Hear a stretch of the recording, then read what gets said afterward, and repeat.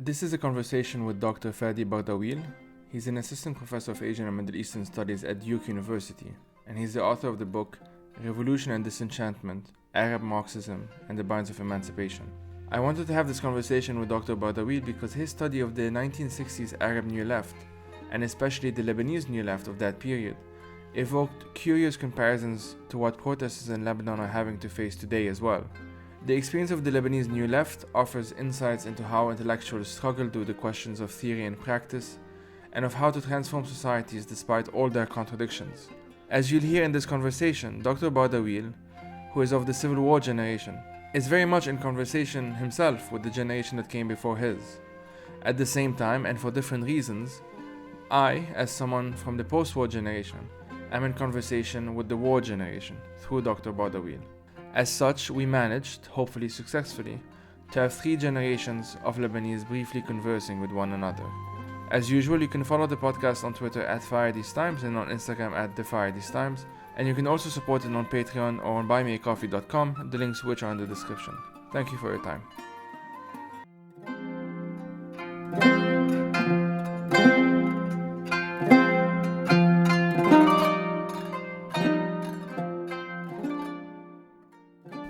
Thank you, Joey, for your interest in my work, and thank you for taking the time to read it in these turbulent times. I'm trained on the PhD level as a cultural anthropologist, and before that I had an MA in sociology.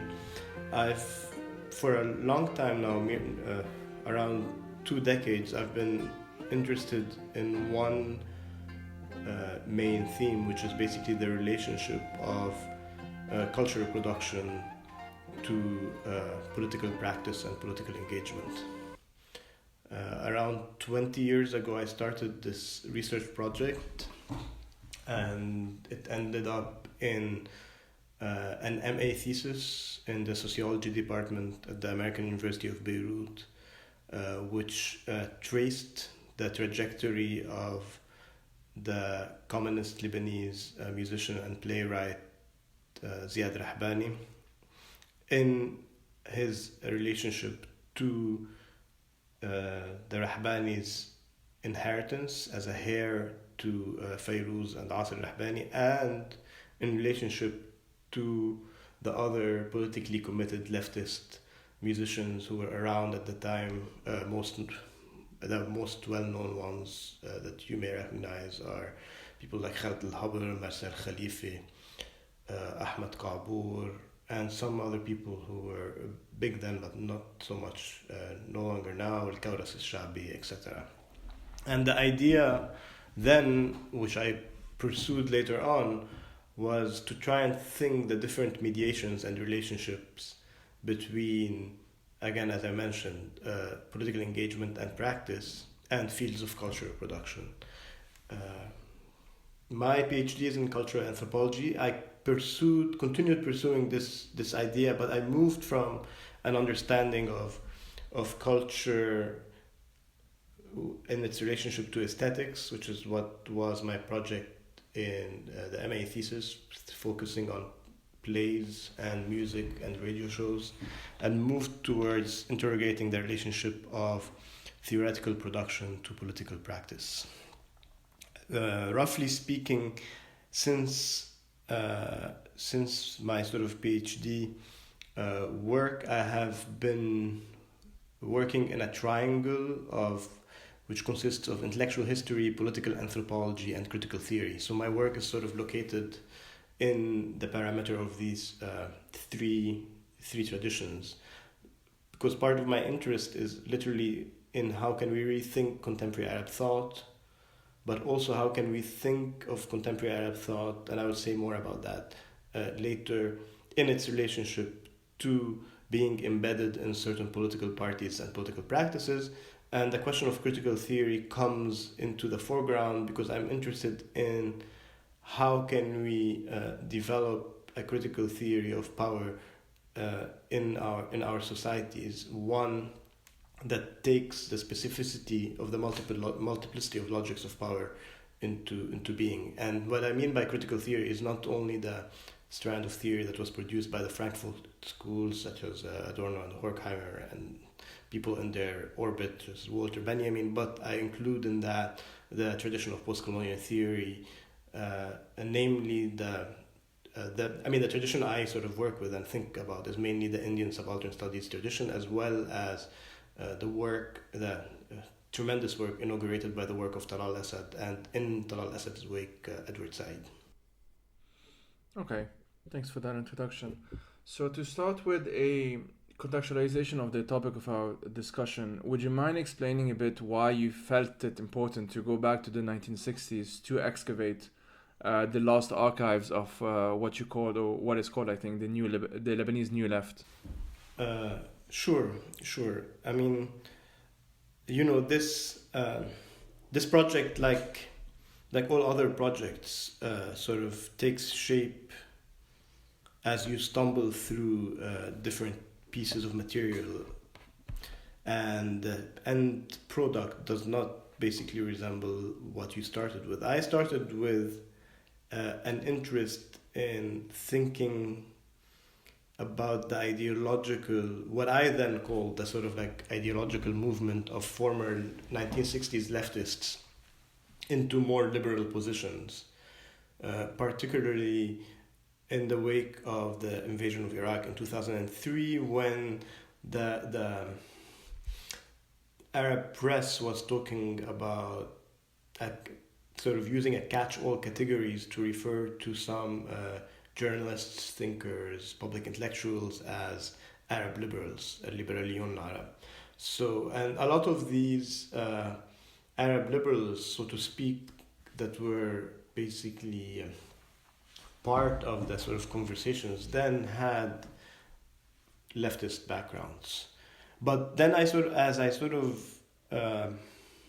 met some of the militant intellectuals I was interested in meeting, hearing their stories about their life trajectories, and also stumbling upon an archive that I did not know existed when I had started the research project, which is basically the archive of the underground bulletins of the Lebanon Ishtiraki Socialist Lebanon, which is the Marxist group I ended up focusing on mostly in this work. And the archives were, as is the case in a lot of cases in the Arab world, was preserved by individuals. So it was basically a private archive. In that case, it was preserved by Ahmed Baidoun, who's a distinguished Lebanese historiographer, amongst other things, but who was also a member of Socialist Lebanon. So he was the former comrade, so to speak, who had preserved most of the bulletins, and he gave me access to all of his personal archive that I read and was interpolated with directly, and sort of decided to sort of think through it seriously. Now, why for our present? Why excavate this archive for our present? I think there are three major themes that sort of, for me, structure, if you want, the sort of the critical yield of bringing that archive and analyzing it in and for our present. And roughly speaking, you could say that these three themes are, one is historical, the other one, the second is political, and the third is theoretical. So I'll say a few words about each.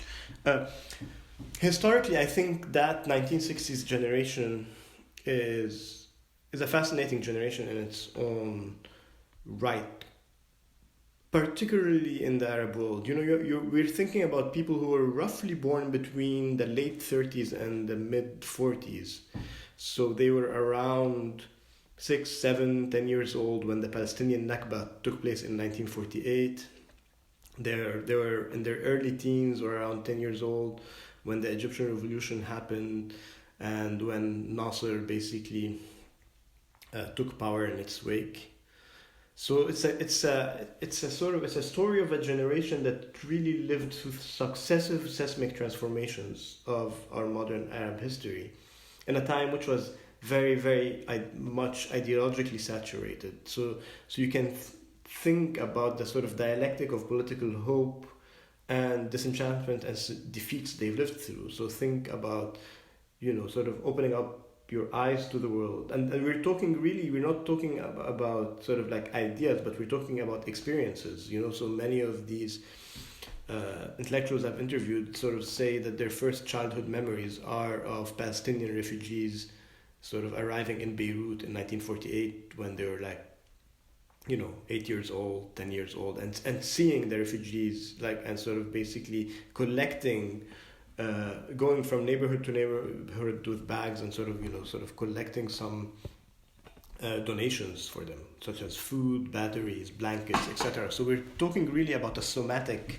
experiential memory that's embodied in these people's sort of trajectories. We're not talking about the attraction just of anti-imperialist politics on paper, but we're really talking about you have to sort of put yourself in that generation's perspective of basically, sort of shivering from joy when you're sort of like hearing Nasser's voice nationalizing the canal in 1956 and you're 15 years old, something like that. And of course the setbacks as well, such as the huge setback that is not really discussed that often today, which was basically the rupture of the union between Syria and Egypt. The union took place in 1958, and it was the sort of rupture and infisal took place in 1961. So roughly, this was the first very important setback to the project of basically Arab nationalism before the 1967 defeat, which then became a very, very important historiographical marker for trying to think through the history of contemporary Arab thought and the trajectory of these intellectuals. So basically the historical arc of the book, because the book has a critical project, but it also has a historical story, and it's trying to do both at the same time. The historical arc of the book is really one of trying to think about the experiences of a generation that moved, if you want, that moved from nation to class to community, by which I mean they moved from basically being interpolated by Arab nationalism to becoming basically class Marxist critics of Arab nationalism when they became Marxists in the mid-60s, to basically the moment of their disenchantment with the left when they became critics of basically communal solidarities. What I mean by communal solidarities are sectarian regional kinship solidarities. Or some of them, in the wake of the Iranian Revolution, became attracted to Khomeini's politics, which are basically politics of sort of cultural decolonization and authenticity. So what you have really is an arc of people who in their lifetime moved again from nation to class to community and or religion. And that's a fascinating story because it encapsulates a lot of our post-colonial predicament. So that's the historical arc of the book, and that's why I think it's important to excavate the experiences, the writings, and basically the archives of this 1960s generation that lived through all of that.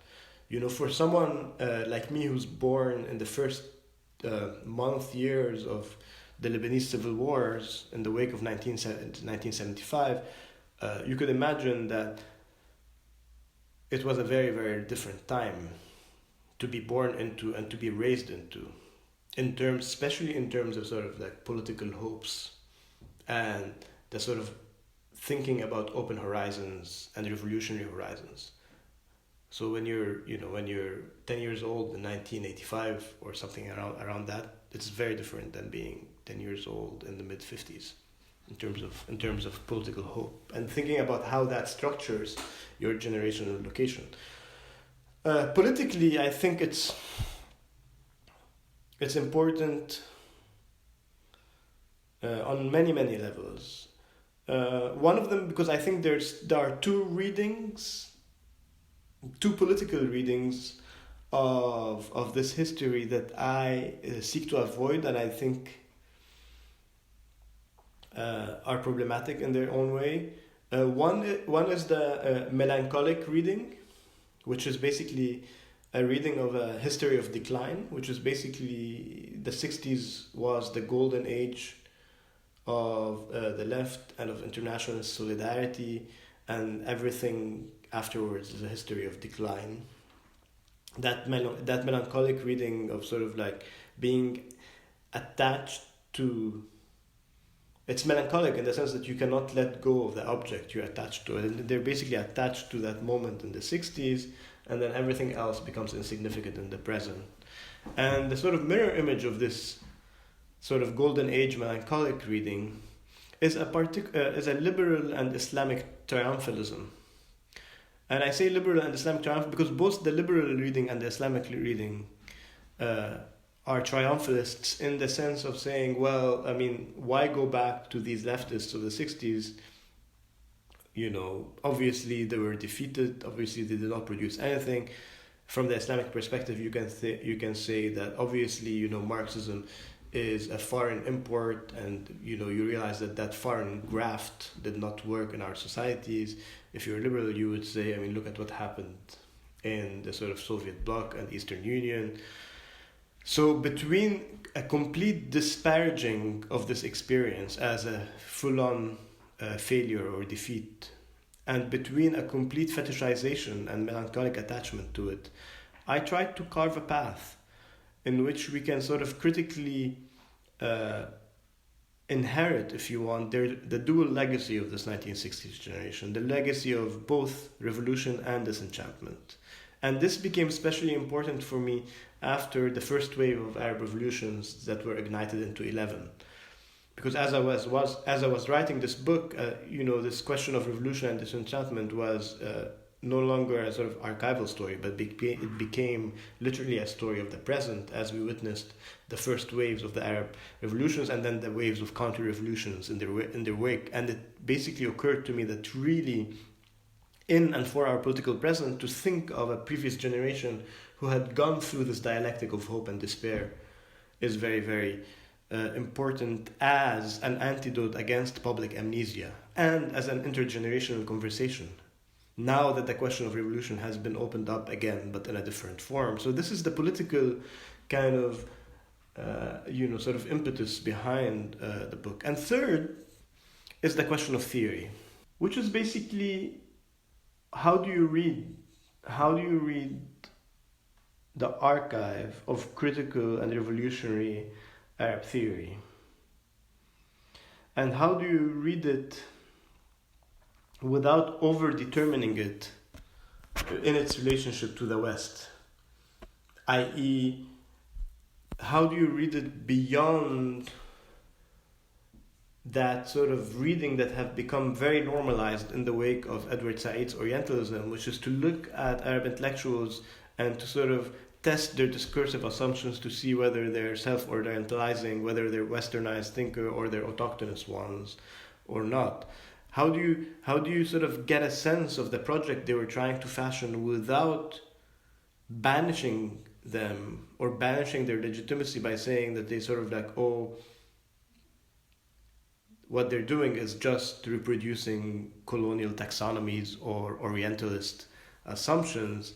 Because I thought that this is not a way to sort of like have a conversation with the past, and this was not a charitable reading, and this was also a politically problematic reading that sort of looks on from the perspective of the present as having a theoretical superiority to the past without any reflexive position of what makes us in the present basically sort of superior, theoretically more enlightened than people in the 70s or in the 60s, just because we read one or two books more that were published in the meantime.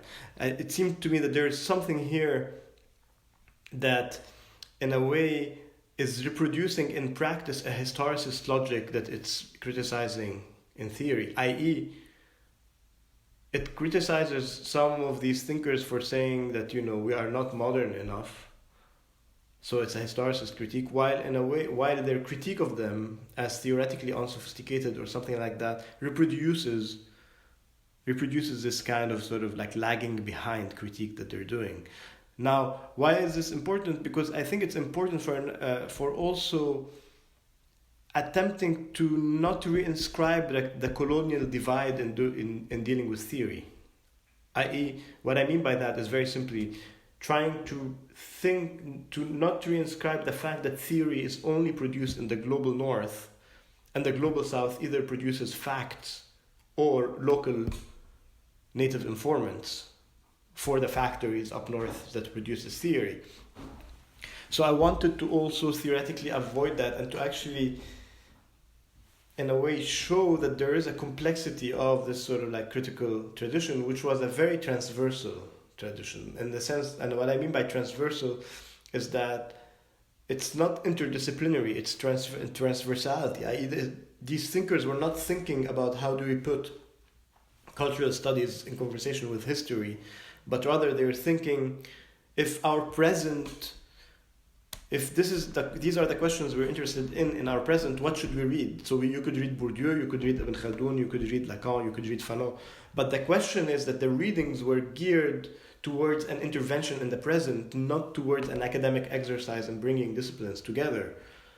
And I wanted to try and capture that, and try and move again beyond this colonial divide that sometimes you see this sort of colonial divide in very implicit ways in some of the some titles of articles or books. Like imagine a title that of a book which says something like reading Althusser in Ras Beirut, and that's the kind of thing I wanted to avoid, because that reading Althusser in Ras Beirut is sort of saying implicitly that, oh look, there's something curious about reading this universal global thinker in this particular location, which is Ras Beirut. And I was trying to say that there's nothing to be excited about reading Althusser in Ras Beirut, because these kinds of texts were always read, written and translated and commented on. So the idea of trying to sort of make an event out of something that I wanted to sort of show was there was also at the heart of it. Another way of thinking about this is sort of like how I tried to sort of include someone like Edward Said as a character in the story I'm telling, and not as the theorist that would frame this generation's basically lives. Because if you look at books about contemporary Arab thought that are published in English for the Euro-American Academy, Edward Said is never treated as like an Arab intellectual, and his trajectory is sort of excavated in that way, but he's treated as a theorist whose theories in a way frame other intellectuals. So I wanted to sort of avoid again this inscription of who's the theorist, who's the local intellectual, who's the person you cite to frame other people, who are the people who are framed, so to speak.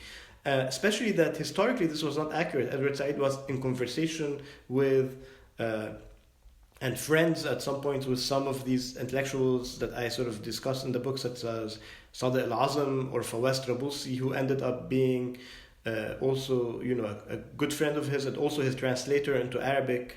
He translated Out of Place. He also translated basically on I think the late works that Said published. So in a way, there is a particular implicit ideology in deciding who's the Arab intellectual and who's not, and who's the theorist, that I wanted to sort of implode from the inside as well, by showing that these analytical frames are in a way themselves sort of like, if you want, complicit in reproducing this sort of colonial divide. This is politically very important, especially that Arab thought has been for at least 100 years produced from the Arab world and in Arabic, and from outside the Arab world and in languages other than Arabic. I mean, you can think of people like Mikhail Naimi and Khalil Gibran and all these early authors that were in the States for a long time and were producing in Arabic and in English.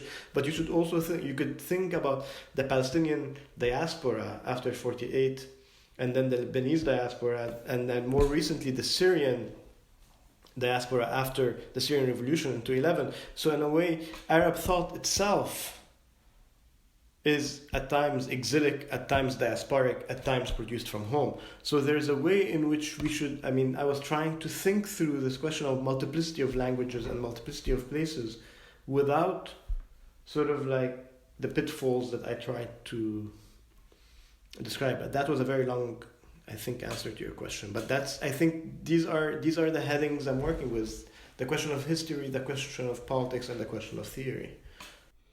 That was an excellent expose into all of this. Thanks a lot, actually, for taking the time. While talking, while listening to you, I couldn't help but reflect on this notion of this kind of intergenerational conversation, because as you mentioned, you're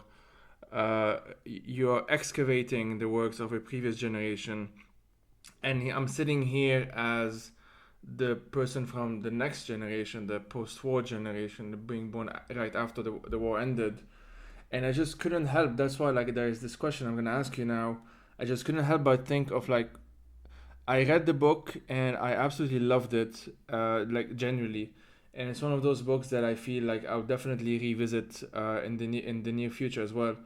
And so the question was, like, Shagara, who's one of the co-founders of Socialist Lebanon, and Ahmed Baidoun, both of them saw former comrades of theirs leave left-wing causes to join either sectarian groups or maybe just retreat altogether from politics. In other words, like, from what I understood, in some ways, political sectarianism trumped class-based solidarity, which is obviously the underpinning of this whole worldview. And it's something that I've seen in some of these films, like We Were Communists, I think, if I remember correctly, mentions that. One of the ex-communists ended up joining Hezbollah, another one ended up joining the Lebanese forces or something like that. I forgot the details. But based on your own experience, having gone through these archives now for the past decade or so, how would you so what were your reflections based on those readings of the Lebanese New Left's archives? How would you assess the current dynamics today? Do you see some similarities, some echoes maybe, or some radical differences, or maybe a mix of all of those three? That's a great question. But I wanna ask you, what exactly do you mean by dynamic today? And then I think that will give me a clearer sort of perspective of how to answer your question of the sort of multiple routes one can exit from leftist militancy into. Because I can talk about the past for sure, but because you ended with the question of the dynamic today, so that, yeah, I want to try and relate both of my historical work in the past to what you mean by the dynamic. Absolutely. So I'll give a bit of background to kind of situate it a bit more concretely. I was one of the early organizers of the 2015 Youth Think movement. Left it at some point to do my studies abroad. And in the early, the recent uprising, I was just a participant, documenting, researching a bit of journalism here and there. And one of the, in between those 4 years, which I find to be really pivotal to myself, to many of my friends around me, usually activists who are as experienced as I am, if not more so.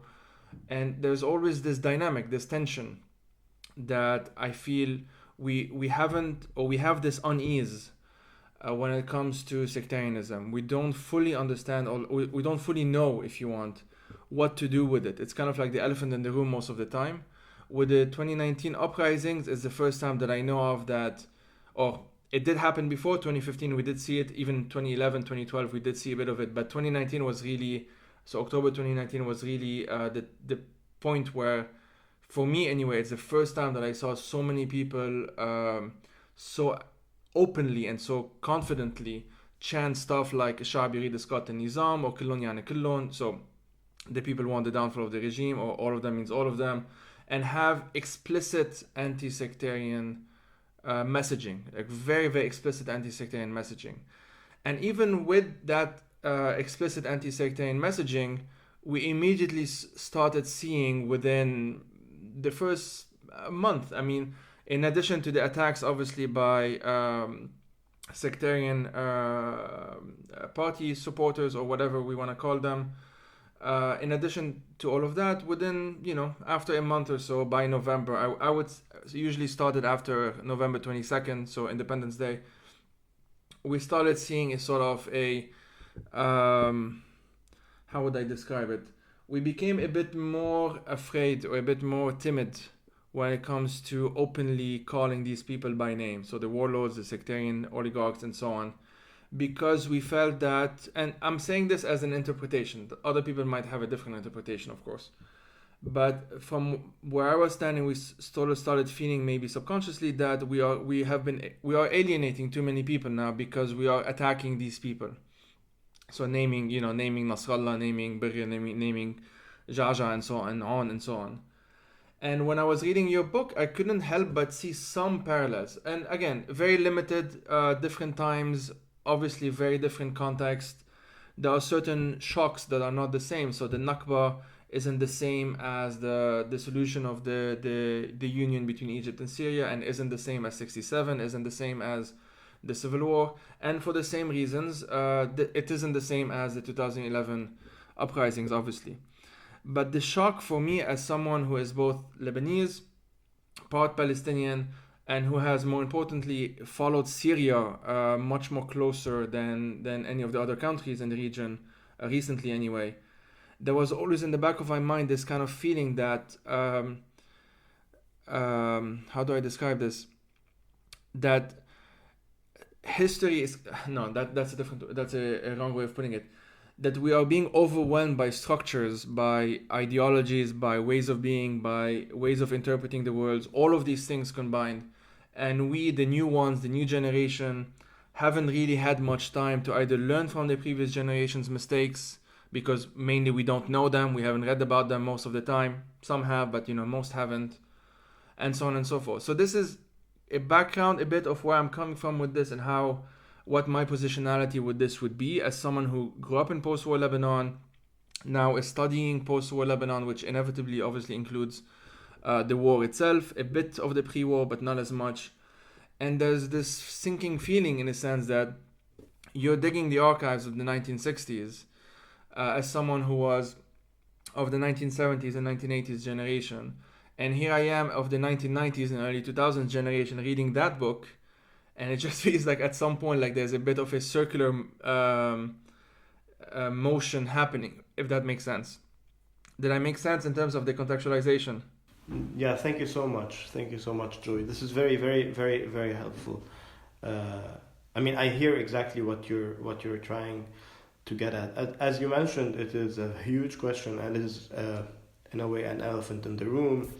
And one way, before I say a few words about the historical trajectories of this generation, and then go back to the present, the main, really, one of the big questions that has been a question which is not only a Lebanese or an Arab question, but has been a question that a lot of Marxists have dealt with across generations, which in Lebanon mostly takes the form of sort of sectarian solidarities, but I would say also regional and kinship and family loyalties.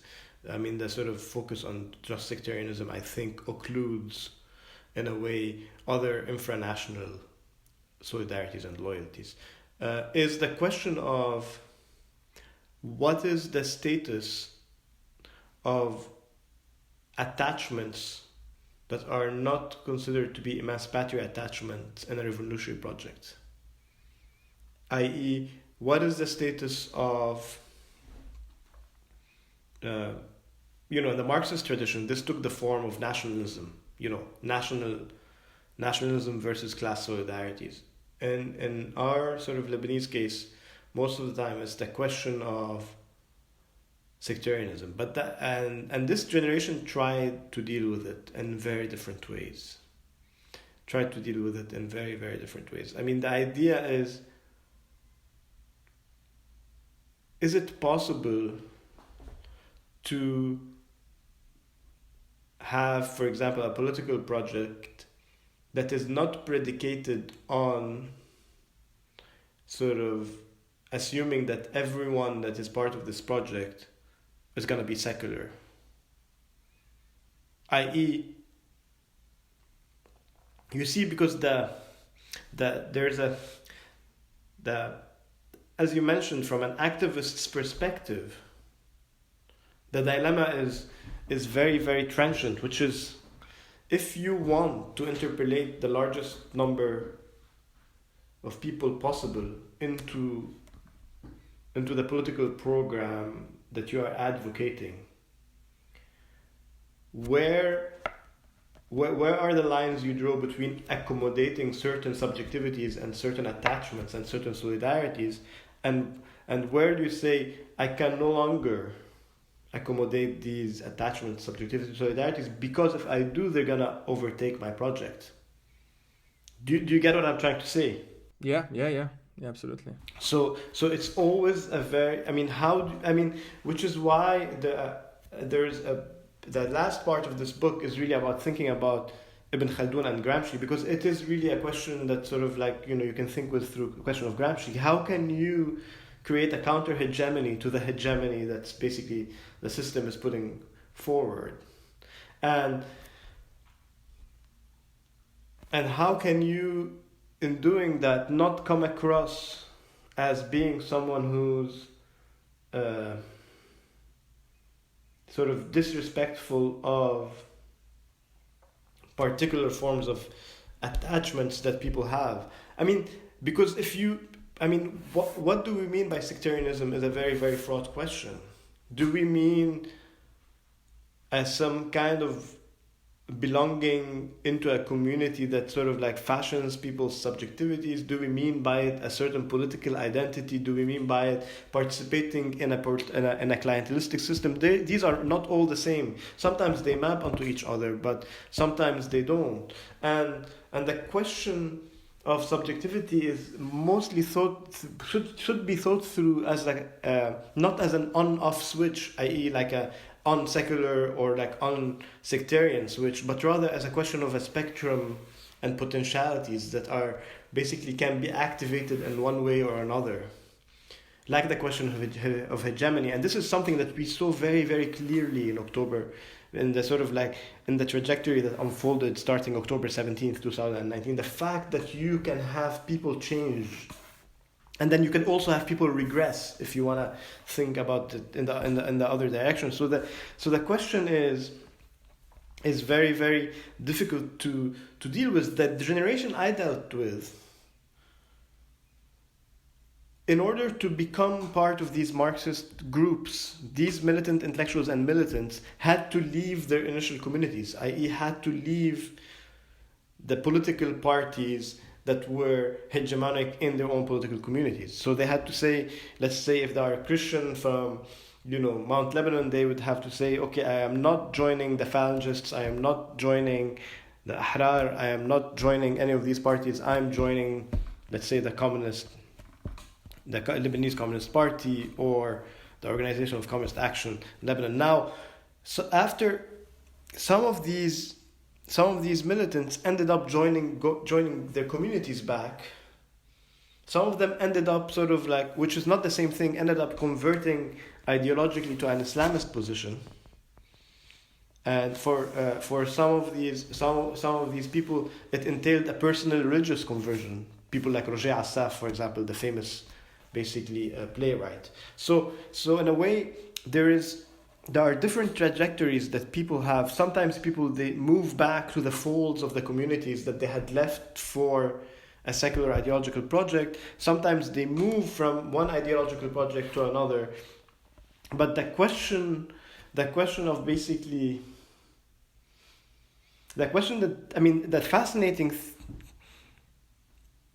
fascinating sort of, I think, insight of this 1960s generation is that when dealing with sectarian loyalties, is that, you see, they were dealing with sectarian loyalties in the very, very crucial space of organizing in factories, i.e. at the point of production.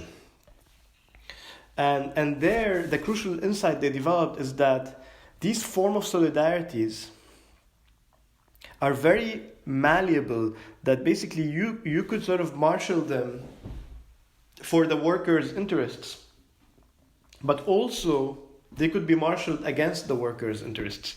So in a way, there's a particular resilience to these sort of like forms of sort of sectarian attachment, And there's also a form of non-teleology that's inscribed into them, i.e., the only thing you can be sure of is that when you're dealing with them, their force is gonna be sort of reproduced, whether you push them towards an emancipatory project or not. I'll give you a very small example. So, the way, for example, they can enter into relations of production is, let's say, by having workers in a factory from a particular sect, but then having the foreman, let's say, that's responsible for them from a different sect. Or basically the owner of the factory sort of giving different wages to people from different villages or different sects or something like that. So in a way, then you can have, let's say, workers mobilize for their own rights, but that mobilization for their own rights could be sometimes articulated on these sort of forms of sectarian solidarity. So in a way, if you're thinking about workers getting their own rights, that could be quote unquote a good thing. Yet what's happening is that it's the form itself that's reinscribed. So the idea that I'm trying to basically there's two ideas I'm trying to sort of push. One is that we have to sort of be clear about what do we mean when we talk about sectarianism, and how is this different from basically being someone who's secular or being someone who's religious, i.e. not to conflate sectarianism with a certain religious subjectivity, because I don't think they're the same. But also how to think about the question of sectarianism as, again, as I said, as a personal attachment to a particular way of life, or a political identity that sees in furthering the interest of the sect its main goal and sees other sects, quote unquote, as threatening that, and sectarianism as part of a patronage clientelistic system. And in thinking about these three things, the main question is there a possibility to develop a political language that will interpolate people from different, say, sects and bring them together without necessarily sort of having the grievances that this political project is pushing forward seem by another sect to be a sectarian project. And that's a tall order. You see, I mean, it's tricky. It's very tricky, and it's also, I mean, the pessimistic side of the equation is that you see that these sectarian forms are very resilient across history. Like you can fill them with different content. You can be a sectarian politically and arguing for a welfare state. You can be a neoliberal and basically be articulating your sort of neoliberal agenda, but also articulating it with some kind of sectarian formation. So there is a resilience to it, which you called, which I think is what you meant by structure. And in that way, if you want to do a very, a sort of an analogy which is from a very different register, you can think, for example, about sort of Orientalism as a structure of racialization and inferiority as having a very similar kind of resilience that can take on board anything and digest it. So, for example, you can have Darwinian Orientalism, you can have a Freudian Orientalism, you can have a liberal Orientalism, you can have an Orientalism that's basically doing, things like pinkwashing or basically green imperialism or something like that. But you see that there's a structure there that could reproduce itself and take on board different positions. So in a way, but sectarianism has that sectarian attachments, if you will, so to speak, have this resilience. But I do not think. I think that to succumb to a culturalist position in which basically to say that we are doomed to a repetition because of our culture is the negation of politics, and is basically a metaphysical position that's not warranted, even though historically these forms have been very resilient.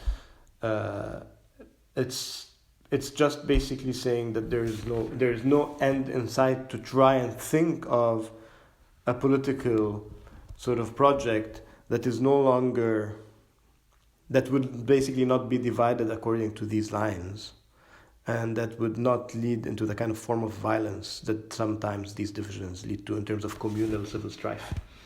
So it's like a long answer, but it's basically, I think the answer is in trying to think through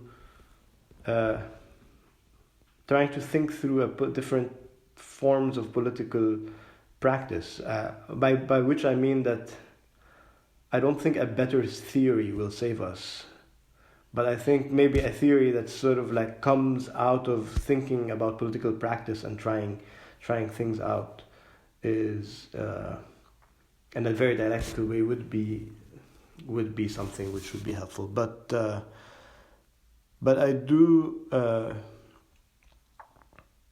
I mean, what you said about, again, your activist years and how that rings true to you,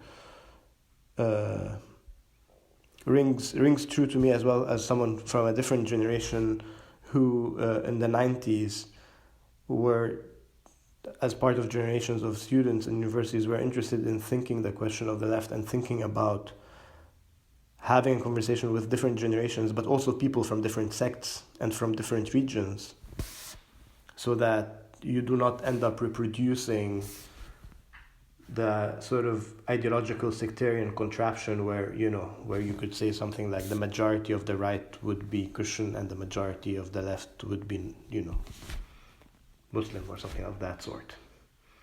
So that the ideological and the communal, in a way, so to speak, would not be, because this is the problem. When the ideological agenda becomes articulated on a communal constituency, it's the communal constituency at the end of the day that's gonna overcome the ideological agenda. Yeah, I think we talked a lot about this. No, I'm gathering my thoughts. You gave me a lot to think here, Dr. Fadi. Really, is there anything that you wanted to say that I didn't ask or we didn't have time to talk about? No, we had, like, in our exchange, we had you mentioned something to me about, like, why do I say, and we can end with this. It's a very sort of quick answer. Why do I say that, for these thinkers, why do I think it's important to say that they moved away from this sort of like language game of comparing Arab and Islamic values with Western ones? Mm-hmm. Absolutely. And let me say a few things about that. But what I mean by that is that if you look at a lot of work that is done, by post-colonial sort of like thinkers or ideologists, or the Arab ones are not an exclusion, you always have this sort of like question of the West as an ideological question. Whether it is basically thinkers who are modernization thinkers who really want to get rid of whatever they think is, quote unquote, backwards culture, or the opposite, whether you have nativists who think that basically we need to go back and recapture our authenticity against basically modernity, which is a project of westernization in disguise.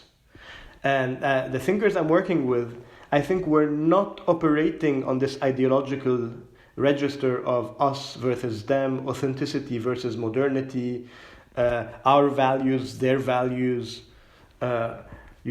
foreign thought versus sort of like authentic foreign thought. What they were interested in is developing something which is, I think, I'm interested in thinking about, and which is basically, and people in the South Asian context have thought of, people like Partha Chatterjee has thought about, which is how do you move away from the discourse of ideological values into trying to develop, if you want, a critical social or political theory of the operations of power in the post-colony. Because you can stop.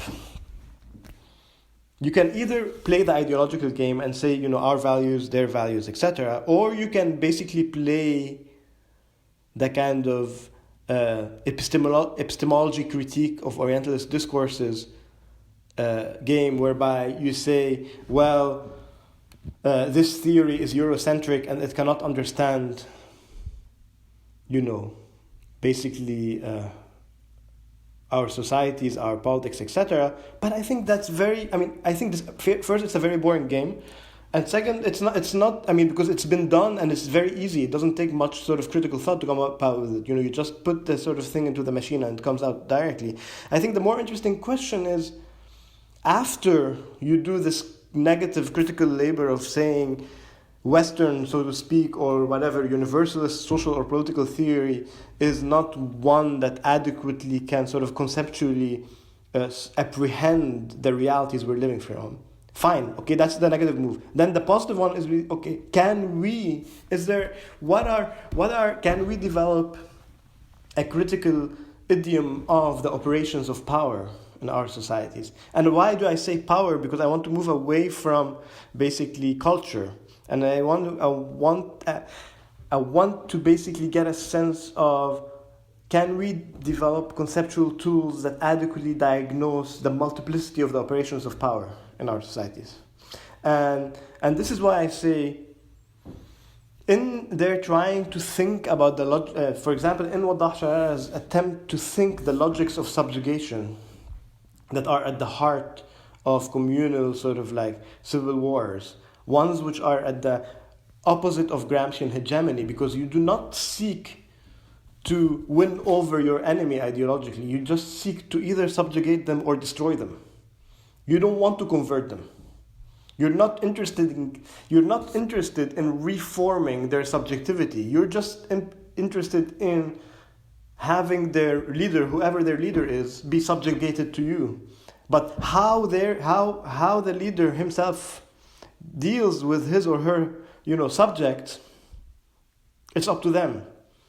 So in a way, it's trying to think with these thinkers.